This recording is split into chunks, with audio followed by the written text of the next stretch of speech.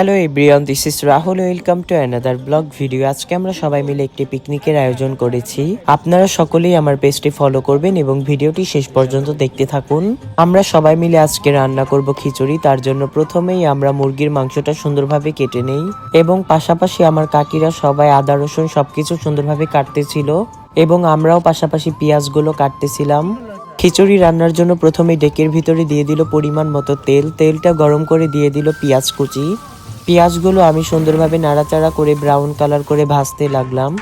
সবাই মিলে পিকনিক করার মজাই আলাদা। আমরা প্রায় অনেক মানুষ, তার জন্য আমরা আজকে ডেকের ভিতরে রান্না করতেছি। এরপর পেঁয়াজটা সুন্দরভাবে ভাজা হয়ে গেলে দিয়ে দিল পরিমাণ মতো আদা বাটা। আদা বাটা দিয়ে নাড়াচাড়া করে দিয়ে দিল মুরগির মাংস।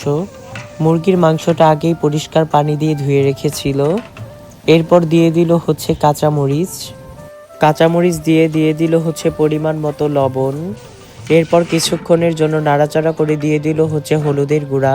সব রকমের গুঁড়া মশলা দিয়ে সুন্দরভাবে মাংসটা কষিয়ে নিতে লাগলো। দিয়ে দিল ধনিয়ার গুঁড়া, মরিচের গুঁড়া। এরপর নাড়াচাড়া করে দিয়ে দিল মুগের ডাল ও মসুরির ডাল। মুগের ডাল ও মসুরির ডাল আগে সুন্দরভাবে ভেজে ধুয়ে রেখেছিল।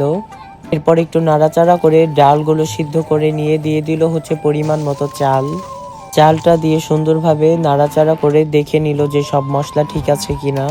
এরপর দিয়ে দিল পরিমাণ মতো পানি। পানিটা দিয়ে নাড়াচাড়া করে কিছুক্ষণের জন্য ঢেকে দিয়েছিল। আপনারা সকলেই আমার পেজটি ফলো করবেন। এরপর ঢাকনা খুলতেই দেখুন খিচুড়িটা প্রায় হয়ে গেছে।